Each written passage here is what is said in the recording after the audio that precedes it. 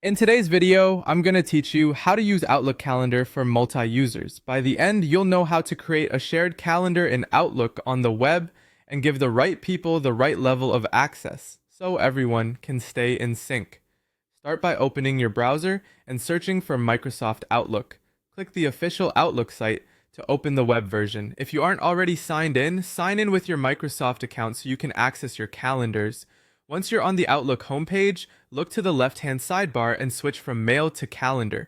This takes you to the Calendar view, where we'll set up a new shared calendar. In the Calendar view, find the option to Add Calendar.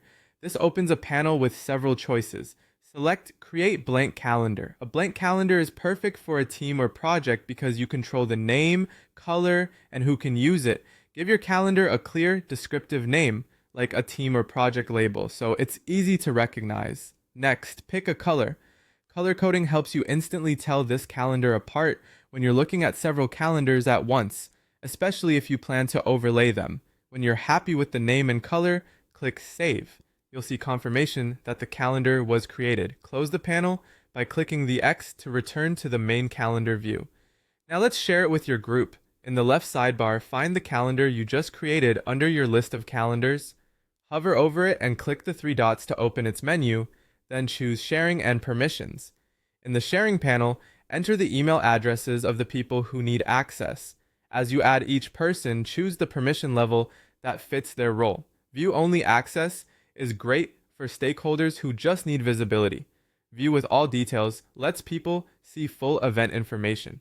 Edit access allows team members to add and change events. Delegate access gives someone almost full control, including managing sharing, which you should reserve for trusted collaborators.